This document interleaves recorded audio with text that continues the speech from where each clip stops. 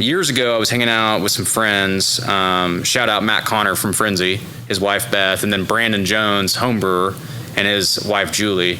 We used to do this trip to Eufaula, several times a year. We'd go to the lake and hang out, and we'd drink a lot of beer, And we were drinking, and we had this idea to sort of create this sort of, sort of like a thing that would give everyone the information that they would need to know about the breweries in one place. We didn't have all the details worked out, but we came up with a name. We started securing social media and URLs right then when we had been drinking, you know what I mean? And then a year goes by, and we haven't really done anything with it, but I kept thinking about it. But at the time, the laws hadn't changed, and so the tap rooms aren't like what you think of now, where you could just go in and have beers and maybe food. It was totally different. For people listening, give us some context on what the law changed, so they're aware of it. Yeah, so pre-law, there's been several laws changed, but the big one, before that, basically you would go into a tap room, and there were only a few of them. There's only maybe a handful most, I can't remember. But you would go in, and you could only have 12 ounces of beer, and you couldn't even have it, and it depended on the brewery. It was kind of weird. People would find loopholes and things like that. But one brewery you would go, and you'd have to get it in, I think it was 4-ounce pours, and you could only have 3 4-ounce pours. One of them you could get a full 12, but that's all you could have. But basically 12 was the marker, and after you had that, you had to leave because it was brewed on site. Yeah, and so it had something to do with the manufacturing and not being able to sell product to a consumer, being a manufacturing sort of status, to my knowledge, I think. Well, anyways, when those laws changed in 2016, I believe, or 2017, I can't remember exactly, 2016. That totally changed the game. Now, basically, these tap rooms that were open could now just sell. They could operate like a brewery now or like a bar. You could just go and have multiple beers if you wanted or whatever.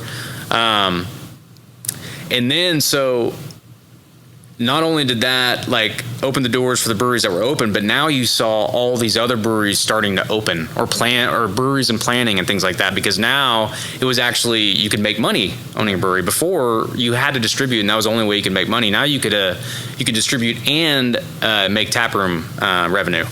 So that's what changed. And so when we were touring around with this idea, that law hadn't changed yet. And so we didn't really see the point in putting out some sort of one-stop shop for craft beer, because people aren't visiting tap rooms. That law changed, and I saw it was green light. And so I basically followed up with my friends. I'm like, hey, are we doing this? And they're like, no, have at it or whatever. I was like, okay. So basically I started formalizing a plan of how to launch this thing. And so when we launched in February of 2019, the plan was we were going to have these pamphlets, or booklets, I guess, really, in every single tap room in the metro.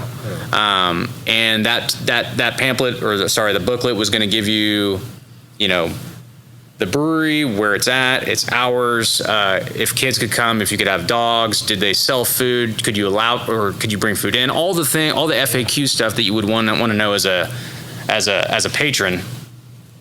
Anyway, we started distributing those out and all that sort of stuff. And meanwhile, when we were doing this and it was taking off, people were getting loving it, and especially the bar staff, because now they no longer had to pull up their phone and show someone from out of state. They could just say, hey, go grab that.